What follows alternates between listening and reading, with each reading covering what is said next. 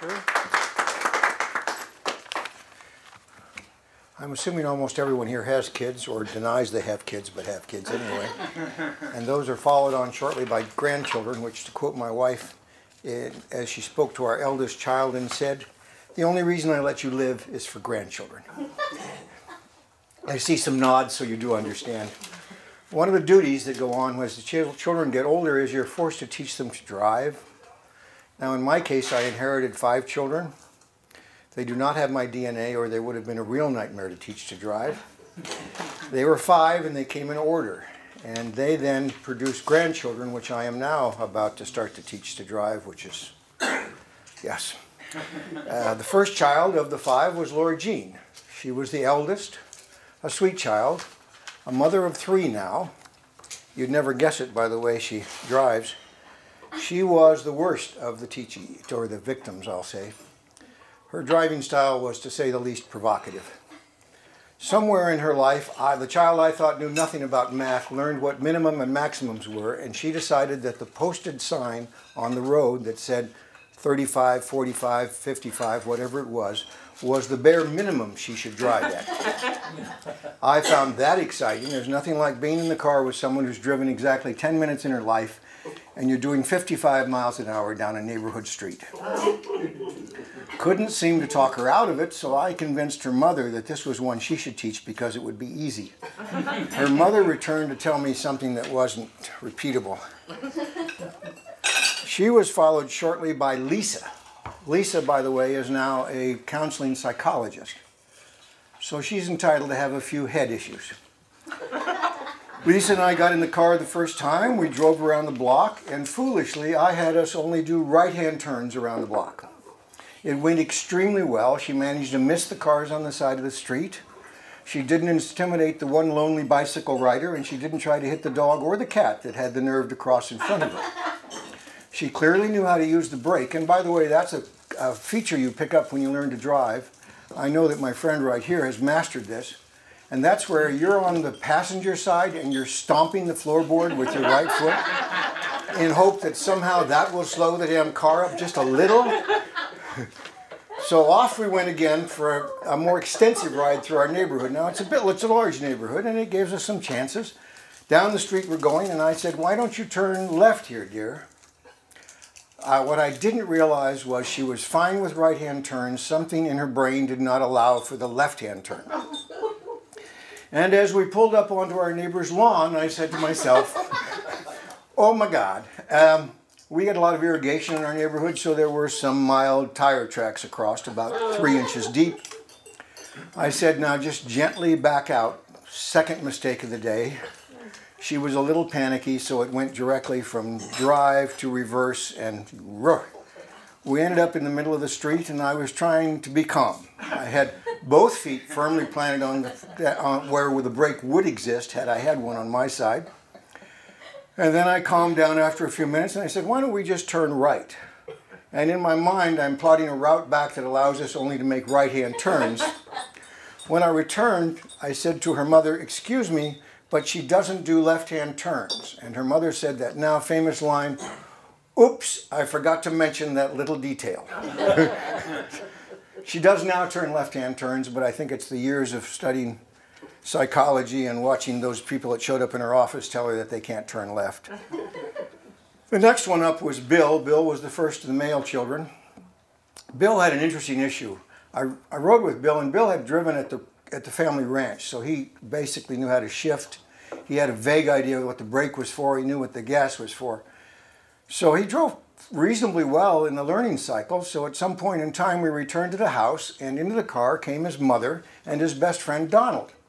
Now the first hint to me was when I said to his mother, why don't you sit up front? She said, oh no, Donald and I will sit in the back. Should have been my hint that they knew something I didn't know.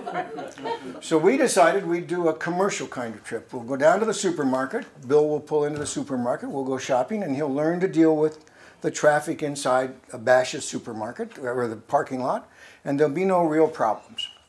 One little oops, pardon me, something in Bill's brain, probably the don't turn left syndrome gone in another form.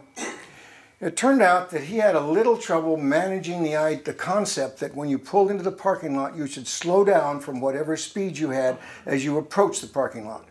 45 was not a comfortable speed in a Bash's parking lot. I'm not arguing that it wasn't kind of amusing to watch people and carts scatter in all directions, but the part I loved the most was when we got to the parking spot from about 40 feet out, Bill jumped on the brake with both feet and we slid gracefully into a parking spot. At which time his best friend in life, who is still his best friend, Donald Webster, sitting in the back seat, said in a very soft voice, "I'll get the hell out here." And that's what he did. The next one up was Betsy. God love her. An attractive young lady who got away with murder. She's the one in the family that the other two girls gave things to be returned, because for some reason in Betsy's life, no one ever says no to Betsy. And she was cute. She had the little pigtails off either side. We got in the car and I thought, well, this will be a disaster. This one can't drive. Oh, and by the way, she has mere vision, so she's a little poor in the reading space, or was then. She's simply since overcome it. So she and I are driving down the street and she was very good. She maintained the speed. She could read the speed limit sign. She could turn left and right. It turned out she could even parallel park. So I thought, well, this is a fun one. I'll teach this one to drive all the time and Martha can have the others. It went on very well, and it wasn't until 20 years later at a family dinner that the truth came out. We're discussing who was the best driver, and Jay gave his view of the drivers that were the scariest, the eldest winning the award and two of them right behind. And then the oldest boy, Bill, said to me, well, of course she could drive well. I said, what do you mean, of course she could drive well? She said, well, by the time she was 13 or 14, when Donald and I wanted something from the store, we just gave her the keys to whoever's car we had and told her to go pick it up. I said, excuse me, you mean at age 14, our beloved daughter was getting in the car, driving down to Bash's or Fry's or wherever she was going in the parking lot, parking, going in, buying the groceries and coming back? He goes, well, yeah. Like, I said, did you go with her the first time? He said, do you think I'm stupid? So as it turned out, that survived. Now the fifth child was Stephen. By then Stephen had been to all the wars. He'd ridden in the car with the others as they learned to drive, and he turned out to be almost as good as Betsy, not quite. Betsy had a 2-year head start. Actually, it turned out she had almost a 3-year head start. Kind of scary. So now we come to the grandchildren. Bless their little hearts. These 5 have found other halves, and with the other half, they've managed to produce 16 grandchildren and now 1 great-grandchild. The good news for me is the great-grandchild is a year old this Saturday. So she's off the list for a while, and I probably won't be here by the time she's 16. The bad news is one of the grandchildren has specifically said, Punka will teach me. Now I understand that because he doesn't want his mother to. Oh, by the way, some of the grandchildren were very easy to teach to drive. For some reason, when I was a child, we always lined up at the ADOT, or whatever they call it these days, to get our driver's license the morning of our birthday. Most of my grandchildren don't even think about getting it until they're 17 or 18. There are a couple of exceptions, but as a general rule, for some reason, there's no rush to get it. Now, I can sort of understand that because I have to drive in traffic every morning and why rush. It's interesting that the first daughter's 3 children, not a single one of them got a driver's license before they were 20. When queried as to their grandfather why they waited so long, they said, the oldest boy said, and I quote, "You've ridden with mother. Would you be any rush to drive?" My answer was, well, maybe not. So we moved on. Now I have Mason has decided that Grandpa should teach him to drive, and I don't know why. His mother is Betsy, the best of the drivers, and the kindest of the people, so he would have been fine, but he decided grandfather. I think it's because he likes to be tortured, and it gives him a chance to pick up some new vocabulary that he may not have honed in yet. So this will start, I guess, this Saturday. Can't believe. Now, he was the exception. He was at the Driver's License Bureau the morning of his birthday. So I can relate to that. So starting this Saturday, I will have the, 8th one that I've tried to teach. I don't know that my hysteria helps much, but they do learn to use the brake. They learn to shut the darned engine off. I cleaned that up ever so slightly. They do learn that the windshield wipers are needed when it rains. They don't seem to parallel park anymore. They tell me that that's not given in the test. And as nearly as I can tell from the drivers I see on the street, they're no longer required to read the driving manual either. The person on the right at the stop sign doesn't know that they have the right-of-way anymore, so apparently none of those things are read. So it will be interesting to see what Mason does. The problem I'll have with Mason is the one that it had figured out early on that all he had to do was stare at Grandpa, and then whatever he wanted to do after that was okay.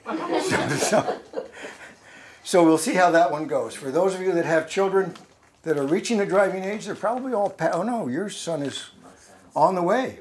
Yes. Good luck, Dad. You're going to enjoy it. My advice is to wear soft-soled shoes. They don't notice you smacking on the floorboard quite as vigorously. I found that leather-soled loafers made a horrible thump when I clanked on it. Anyway, have a good time with them, and if you teach the grandchildren, let me know how it goes, because I'm now in that cycle. Have a good day. Thank you, folks. Thank you, Dad. Oh, I see here.